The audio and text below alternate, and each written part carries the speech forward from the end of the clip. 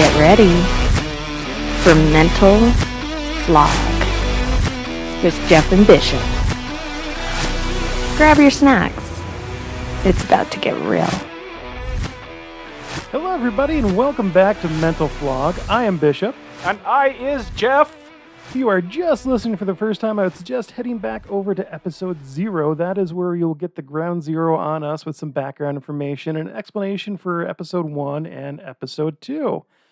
This is episode 2 of the Phoenix Rising season. The last episode was Jeff talking about his tower moment, and this will be me talking about my tower moment. Buckle up, because this is going to be a bumpy ride, Buttercup. So, Jeff, I believe you possibly have a question for me. Oh, yes, we do have a listener question for you. It's a listener question? Yeah, this is a listener question. Good. So the question is, if you were forced to enter a gladiatorial fight to the death and could not use any modern weapons, what weapon would you choose to defend yourself and why? I mean, do I get a weapon and a shield? It just says you get a weapon, so I'm assuming everybody gets a weapon. Probably just, whatever standard. If you get a shield, they get a shield. I don't know. I kind of feel like I'd have to go with some kind of spear. I'm 5'9", and while my arms aren't tiny, I mean, I'm not like, I have a big head and little arms T-Rex situation here. But I feel like some reach would probably benefit me. That's probably a wise call. Actually, throughout the history of medieval warfare and whatnot, like everybody likes to make a big deal about swords, but swords were mostly ceremonial. Like it was the spear and the bow and arrow that like dominated the medieval battlefield. I feel like I don't probably have the aim or the dexterity for the bow and arrow. I do okay with firearms, but the farther I can be from their sharp and pointy, the better off I feel like I would be. Well, I mean, you can't be further away from their sharp and pointy than with a bow and arrow. I mean, I'm pretty sure that's, how the bow and arrow was invented. Just, I want to stab that guy, but he's way over there. Yeah, but like, if I miss all those times and then they get up to me and all I have is the bow and no arrows. Yeah, then you're just fucked. Yeah. I stick with the spear. I think that is my safe call. I think that is a wise choice. All right. And Jeff lied. That was his question. Hey, we got to make this interesting. That being said, we do have a voicemail, and you are very welcome to leave us a voicemail. The number is 435-538-9556. We would like to get to the point where we have enough listener questions that we can do some companion episodes and not just a once-a-month release like we're doing right now. So, you know what to do. Like leave us a voicemail and stuff. And for those of you with the social anxiety, Jeff and I are not going to pick up that phone. It is set to go direct to voicemail, so you don't have to worry about actual human interaction. Yeah, you don't have to worry about me asking you, what weapon you would use in a gladiatorial fight to the death. But, if you so choose to embellish and tell us, I'm going to get some weird voicemails now, and I'm going to blame you. I mean, it's America. Do what you want. All right. So now that we have those shenanigans out of the way, Jeff, tell me my card, buddy. What's the card for this episode? Okay, the card that I pulled for this episode is the Seven of Wands. Now, the traditional artwork, you've got a man standing on a hill, and he's got like the Donatello Ninja Turtle bow staff, and he's trying to fend off a bunch of other people down at the bottom trying to poke at him with their sticks. And the meaning behind all of this is that this is all about learning to take that higher ground, learning how to defend that higher ground when you take it. This is coming to the point of what is it that you truly believe? Like, who are you? Like, what hill are you willing to die on? Like, learning to stand up for yourself, stand up for what you believe in, and that's it. I feel like that's rather fitting for this story. Well, do tell. All right, I guess it's time for me to take you down my personal boulevard of broken dreams. Yeah. So fair warning, these episodes are about our tower moments or our fall. We are talking about when we hit our personal rock bottoms. Now, while these are not the most uplifting episodes, they do get to have a part 2 where the better days come. Being people who own our shit, we don't hide the dark days and just give you the rays of sunshine that we are now. We are so sunshiny, Jeff. Yeah, speak for yourself about that one. I'd rather die in a gladiatorial fight to the death than have to tell my tower story again. So the reason that we're doing this is that some of you are in your tower moment right now, whether you know it or not. We want to make you know that we want to let you know we've been to that dark place, and that it really is possible to make it through and to have a better life. Now, it's not just going to be Jeff and I telling our dark day tales here. We have a special guest coming out for our next episode, and she has one hell of a story to share with us as well, and I am excited to hear it. So without further delay, time to knock over my tower. I was born in Old Lyme, Connecticut in 1987. My family is religious, and their chosen religion is Mormon, or the Church of Jesus Christ of Latter-day Saints. While it is a common religion here in Utah, where Jeff and I live, that was not the case in Connecticut. And while much can be learned by Googling, I'm going to give you just the Cliff Notes version. Mormons don't condone drinking, smoking, drug use, masturbation, premarital sex, R-rated movies, pornography. Sex other than that of a married man and woman is also frowned upon. Now, while I'm no longer Mormon, I'm not here to talk shit on them. I am here to talk about my experiences, and this leads me to tell you about one of my personal rules for life. If someone has a happy place and it is not causing them mortal harm or harming those around them, let them have the damn happy place. A happy place is a hard thing to come across in this world, and you really should not mess with another person's source of happiness. Indeed. So back to the story, because I broke my soapbox. I'm 5'9" and currently about 340 pounds. Now I tell you this because I've been overweight since about the first grade. These are some of my core memories from growing up in Old Lyme. When I was a preteen, or just barely a teen, I was out to dinner at Old Lyme Pizza Palace with my father. It was just the two of us that night. There was a TV in the restaurant like you would see, and the show that was on that TV that night was My Wife and Kids. And it was the episode where Junior had to come home and tell his father that he'd gotten his girlfriend pregnant. Now, like I said, I'm preteen, just barely a teen. My father, he looked me dead in the eyes and said, if you ever have to come home and tell me you got some girl pregnant, just don't bother coming home. That's effective parenting right there. It's a core memory for me. Now, when I was 16, 17, I was working at Tire Country, which is a local gas station and service facility where we had repair bays and we had some mechanics.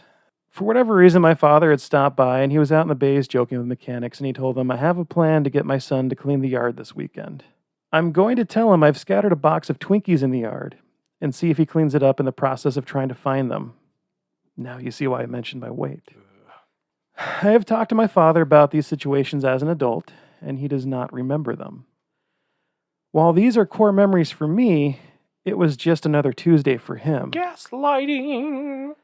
This means that these are not memorable moments for him. He has apologized to me for those, times. But as you can tell, since I'm talking about it today, these are things that have stuck with me. I moved out when I was 17. I came home after spending a summer on the East Coast, the lower East Coast, doing some third-party contracting jobs, and I had a few $1,000s, which was really good for a 17-year-old back in that day and age.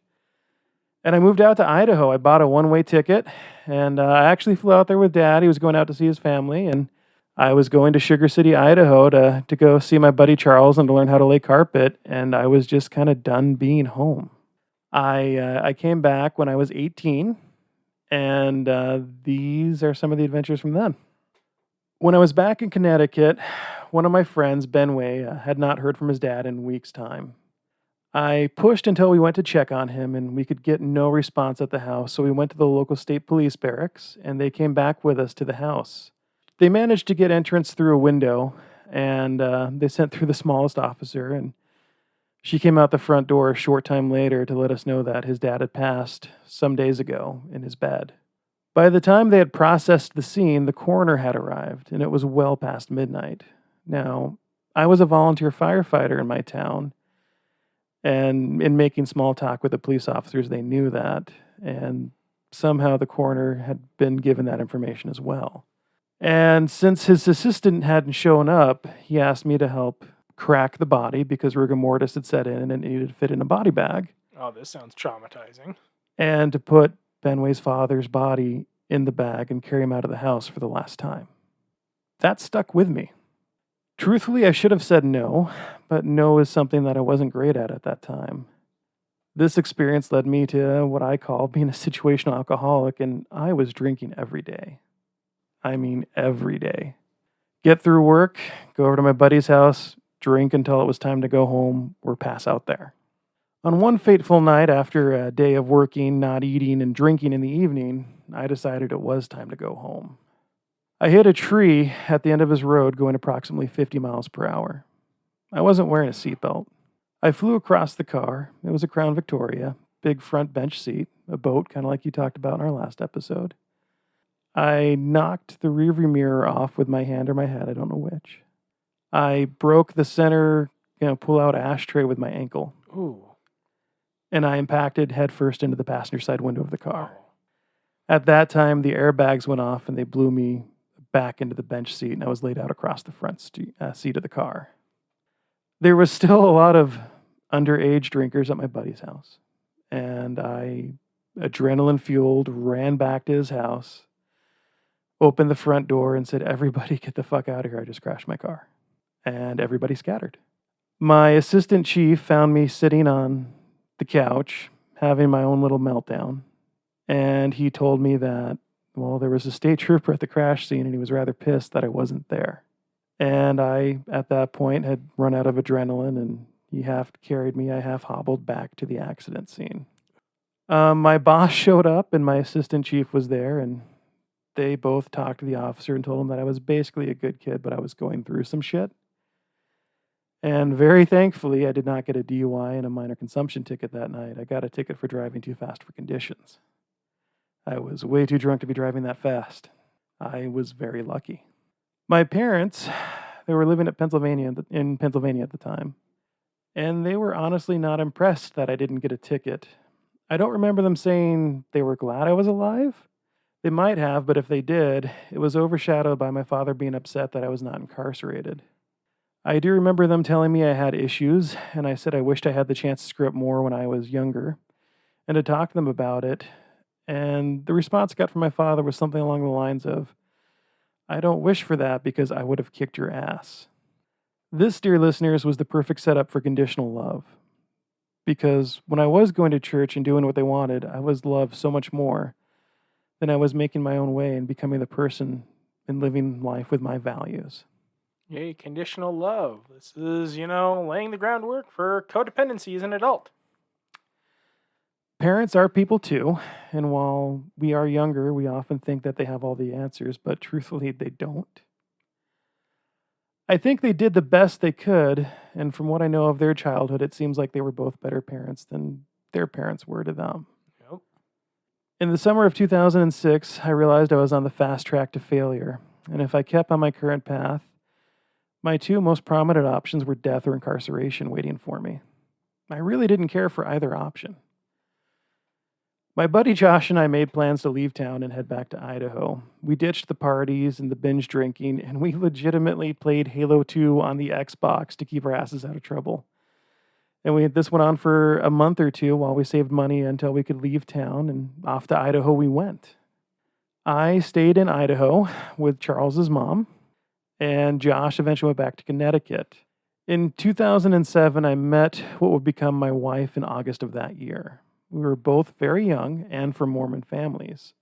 We weren't especially good Mormons ourselves, and we were also both more broken than we had realized, and we never truly knew how to have those conversations and express that to each other at that age, at that time in our lives. On what was our third wedding anniversary, I was hours away in Montpelier, Idaho, on a family friend's farm helping assemble a used wheel line. It was a horrific project, but they needed that wheel line to help the farm be more productive and to make it through the season. While I was out there in the fields, she was back in St. Anthony, and while we had explored swinging and other such extramarital adventures at that time, she went out on her own and she lied to me about it, and that was my first brush with infidelity. Ouch. She had some secrets that finally came to the surface, and I'm not going to go into depth on those. You can make the assumptions you want to or need to. I did truly love her, and I wanted things to work out. My dad, I was planning on going to trucking school to become a long-haul trucker at this time, but Based on what had happened when I was gone for a few days, the thought of going to school and heading off on the road for months at a time, my anxiety couldn't friggin' take that. I couldn't wrap my head Yeah, around it. understandably. My dad told me to go drop her off at her parents and go to school, and I said no.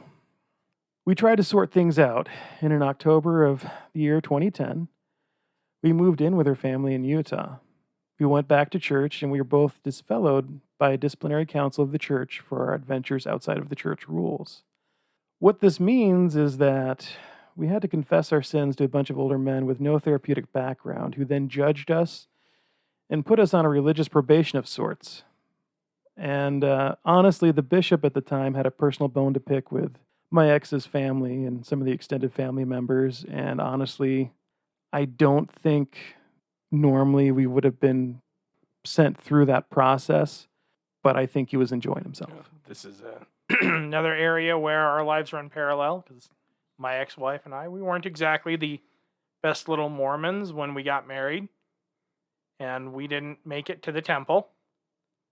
And there was much to do, like much, scandal or whatnot, because some of her family were general authorities in the church and whatnot. So when they found out we weren't going to have a temple marriage, they tried to like squash the marriage entirely. Like, you guys don't. They basically were like, you guys don't deserve, a nice wedding if you're not going to be able to get married in the temple. We did eventually go to the temple a year later, but yeah, we had to go through that whole disfellowship process where, you sit there in, what they call a sacrament meeting, where everybody just kind of sits around and like listens to the sermons and whatnot. And when they pass around the sacrament, if you're disfellowshipped and you're not allowed to take that sacrament, that's kind of a big, everybody gets to stare at you and know you did something wrong. You have to just, pass up that sacrament while everybody else gets to partake, and then everybody that's there gets to stare at you and be like, well, what did they do? And oh yeah, well they did blah blah blah, So Jeff, I'm curious, since you also had to go through a disciplinary council. Looking back on it now with what you know, was that not the most awkward, interesting situation to go through? Oh, it was insanely awkward. I mean, it's intensely personal, and for all intents and purposes, like if I were to be able to look back, or now being in the situation that I'm in now, like having lived more life, if I was to see a young couple going through something similar, like I feel like I would have to reach out to them, and let them know, hey, like you're not broken, you're not wrong. You guys did something that's completely normal and natural, like in the process of what two people who are in love do, and what these perverted old men are trying to put you through right now. That's what's wrong. Them trying to like make you feel ashamed, make you feel disgusted. Them trying to say that your love is now doomed because you didn't do things according to their standard. That's what's wrong. Well, and it was like I was saying, like none of the people present at that council had any kind of therapeutic background. Indeed, they don't. They're just It's not impossible for somebody to have that background to be a member that is part of one of those councils, but it's also not highly probable. yeah, and it's certainly not a prerequisite. That's so weird to think back on. I remember I had to read the Book of Mormon from cover to cover, and I had to read A Miracle of Forgiveness. Oh yeah, I had to do the same. Although reading the Book of Mormon from cover to cover, that was something that helped further cement my shelf breaking, as the term goes, because I think a lot of times in like Christianity, Mormonism, like if you actually do read these texts from cover to cover and pay attention to everything that's in them instead of just glossing them over, which is, when you're in the habit of being religious or whatnot, like you just kind of gloss over it and you don't really like pay attention to like all of the stuff between the lines. But yeah, I started seeing things in the Book of Mormon that just did not add up, that just did not make sense geographically, did not make sense scientifically, just things happening completely out of sense for anything archaeological to line up. It just didn't make any sense. So, anyway, I'm rambling. I'll shut up now. Well, and I remember being told, like, this wasn't a punishment, it was being done out of love. Oh, yeah. I don't remember what they said to justify the love of the punishment, but Pissing on your head and telling you it's raining. yeah, fun times, man. Well, now we know something new about each other.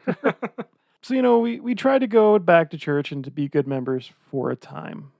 Eventually, we got our own house, and within a short amount of time, we started exploring sexually again. I was 27 when we were living this double life of going to church on Sunday and inviting other men and women in our bed on the other nights of the week. I really couldn't mentally take the strain of the double life. And with some of the new church guidelines that had just been issued, I could not stomach pretending to be Mormon anymore. And now, what I'm talking about is a section of the church handbook got released, and it was a new rule, basically, that if you were wanting to become a member of the church, but let's say you're living with your parents and they were gay, you had two moms, you had two dads, whatever, you had to renounce your parents and move out of the house in order to become a member of the church. You had to renounce your family and move out of the house to become a member of the church. Yep, I remember this. Cue the first mass resignation event, which I participated in. That's when I formally submitted my resignation. It was at that time that no matter what my upbringing was or my thoughts were on the church or where I was at, I had no internal conflict about saying I was done at this point. My father did not take the news well, and he ended up hanging up on me when I finally called him and told him I was done with the church. We kept on our sexual exploration, and eventually more infidelity found its way into our lives. We progressed to an open marriage because, well, I couldn't get cheated on if it was open, right? Wrong. This time it was a long-distance emotional affair, and for some reason that truly hurt the most. There is definitely such a thing as emotional affairs, and I think those can be more painful than than sexual affairs. I mean, if it's just sex, I mean that's not as painful in my book as your partner, like the love of your life or who's supposed to be the love of your life, going behind your back and carrying on like an emotional affair, things that they should be telling you, and like when they should be relying on you for emotional support, and you've just they just throw you under the bus, and they found this other person that they're confiding in secret. I can agree with that. It was hard, man. I thought of ending the relationship at that point, but I told myself that this would be the case in any relationship. Nobody would ever treat me better, and I was broken. I put my head down. I just dealt with it. And like whenever something like this happened and I caught her, she was angry. She wasn't upset with herself, with her actions. She was angry that she got caught. Wrap your head around that. Lack of accountability. Yeah. So yeah, I put my head down and I just rolled with the punches. Eventually she got pregnant, and in 2016 we were gifted a beautiful baby girl.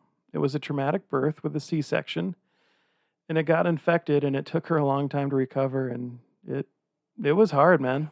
During this process, I gained a new partner, and we entered the world of polyamory. I felt loved. I felt alive, and it was amazing. I thought in my broken-ass self at the time that I was never going to feel that way again. So to feel it again, and to be like, oh, this is real, this is a possibility, that was a trip. We would play together, all three of us, and sometimes just the two of us. And at the time, my wife found her own partner as well. Eventually, my partner cheated on me. And I'm not talking the wife, I'm talking my polyamorous partner. And that's another one of those unspoken rules about polyamory, is that yes, it is possible to cheat and be cheated on in polyamory. I kept it from my wife because, well, I didn't want things to end, and she knew how bad I get jacked up when I get cheated on.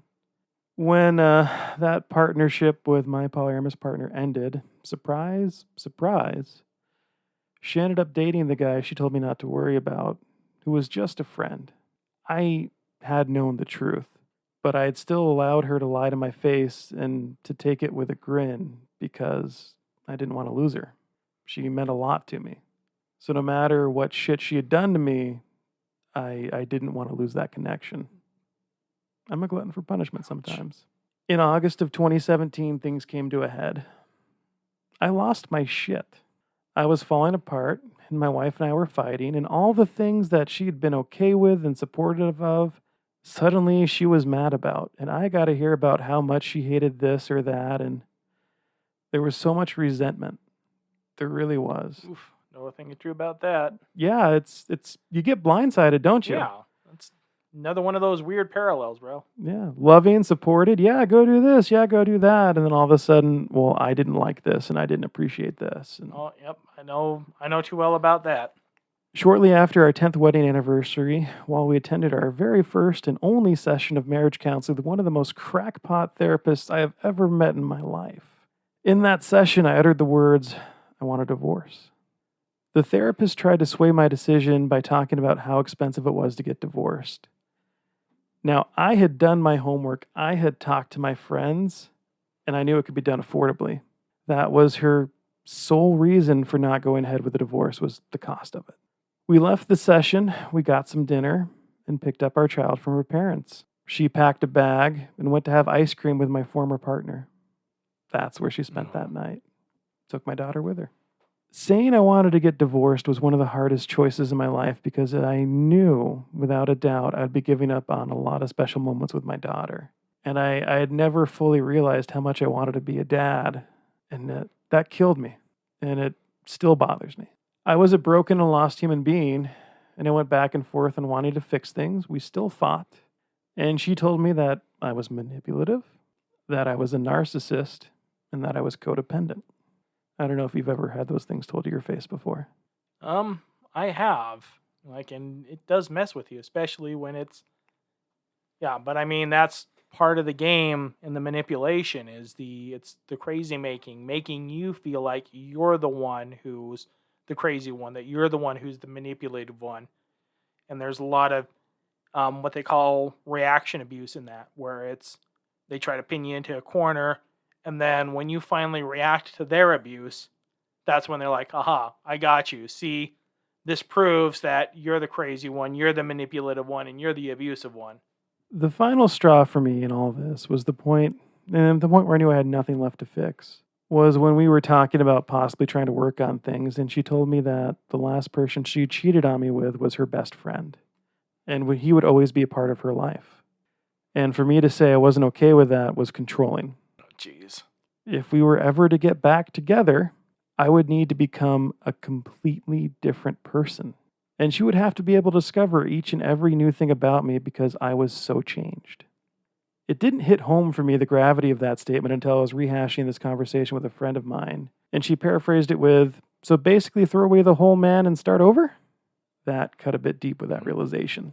I had my daughter every other weekend, and I drank on the weekends I did not have her. I drank heavily. At that point in time, I knew two things. I was good at fucking, and I was good at working. So I did those two things in abundance. I chased a lot of pretty red flags. I learned a lot about energy because the energy I put off was the party boy energy, and I didn't have to really try to find anybody to play with. They found me. I'm sure you've personally experienced that in your life too, Jeff. Oh, yeah. It's a trip to really learn about energy on that level. But yeah, I chased a lot of pretty red flags. I dated some people who in the end were excellent life lessons, but not amazing partners. I'll feel you on that one.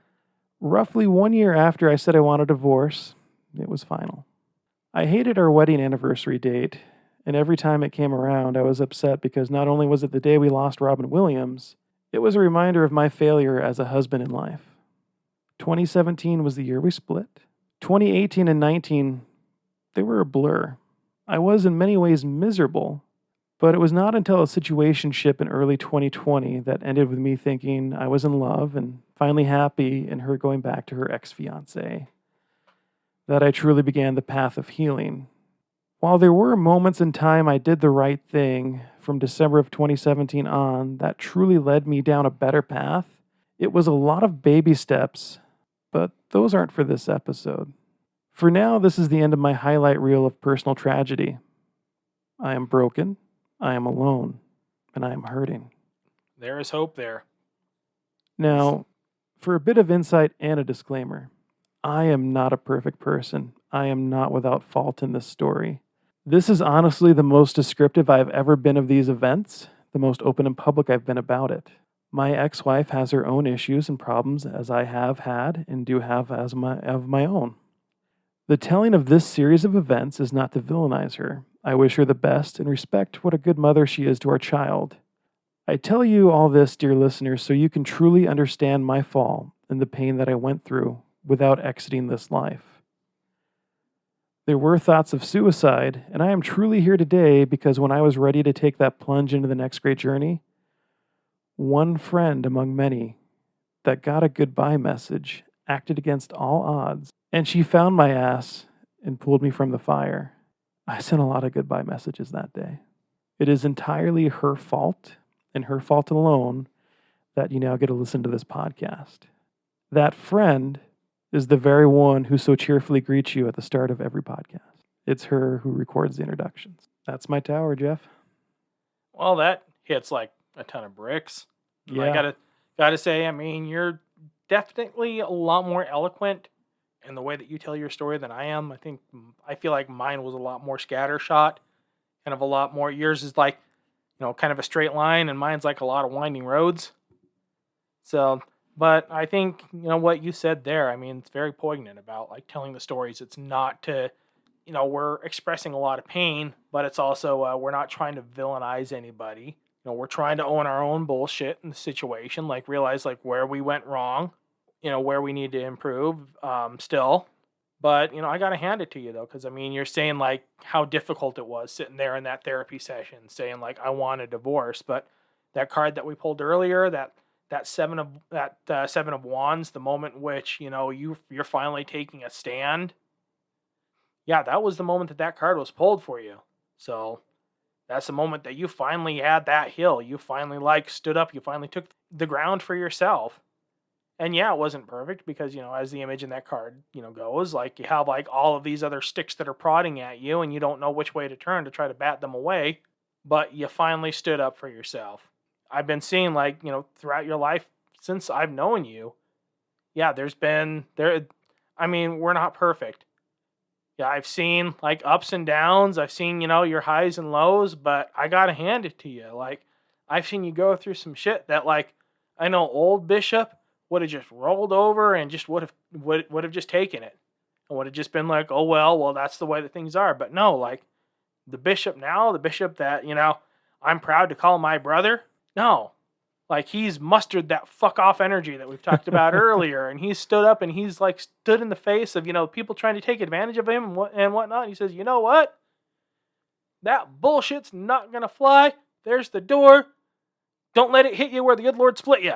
And it's funny, some of the red flags I dated, one of them was manipulative and controlling. Two of them at least really were. I dated a lot of life lessons, and the codependent, the controlling, and the manipulative, I have dated different versions of that person, and it brought to my mind to the forefront of what that really looks like individually. Some of them were really cute, and we had some fun. At the end of the day, I'm grateful for the life lesson in that they're no longer in my life. Now, like I said, I am far from fucking perfect, but I do own my shit. And that really was the deepest I've ever gone into that tower story publicly. Accountability holds a lot of weight. That friend that records the intro rents a room from me in my house. And I wrote this episode last night before I went to bed. And it was about 11:30 midnight-ish when I finished writing this. And I hadn't reflected on the fact that I almost ended it all and that I'm literally here today because of her in a while. I had to go wake her ass up, give her a hug, and I might have cried a little bit last night. No. It was very emotional to reflect on all this so deeply. For those of you struggling with things, trying to make sense of things, write it the hell out. It makes you view it differently and you connect with it differently. Like what you were saying about how your now roommate, pretty much your angel that like pulled you up from the wreckage.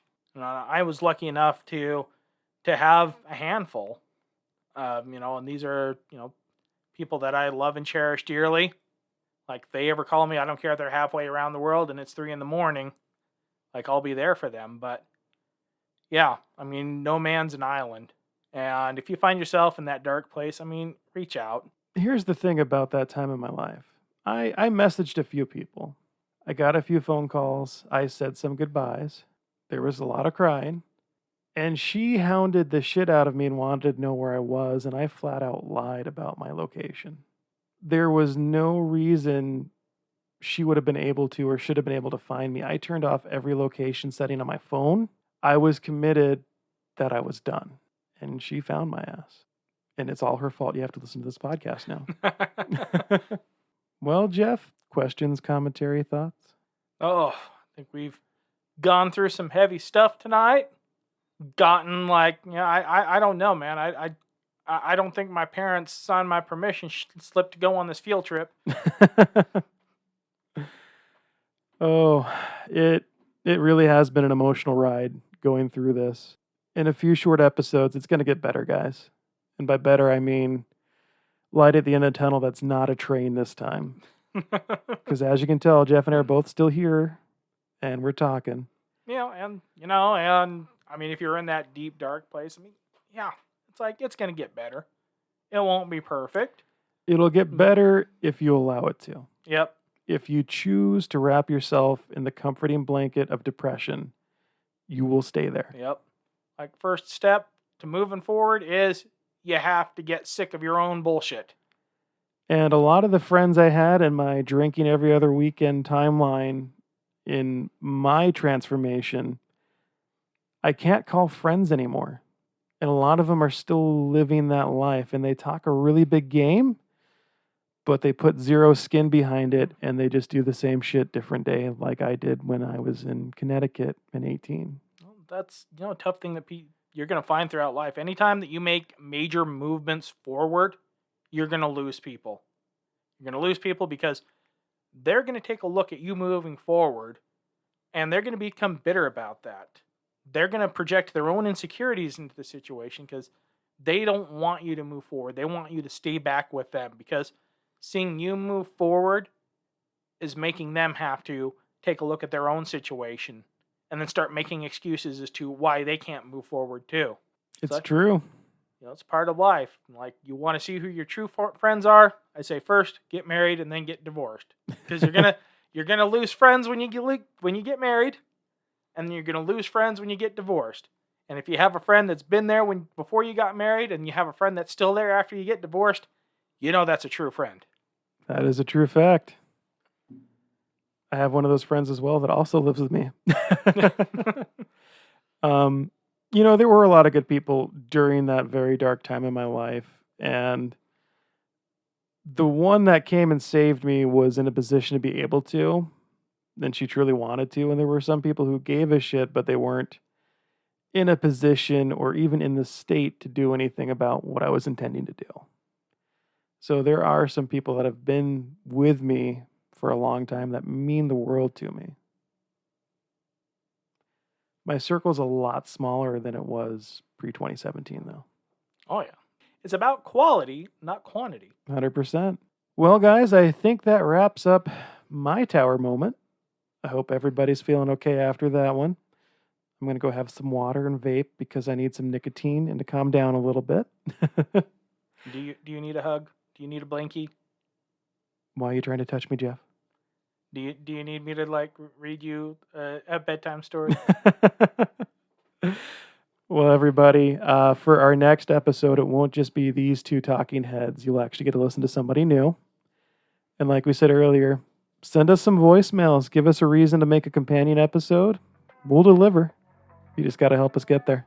Like and subscribe and send us your questions and stuff. You know what to do. All right, everybody. We will see you for episode 3 of Phoenix Rising season with our special guest. Good night, everybody. Bye!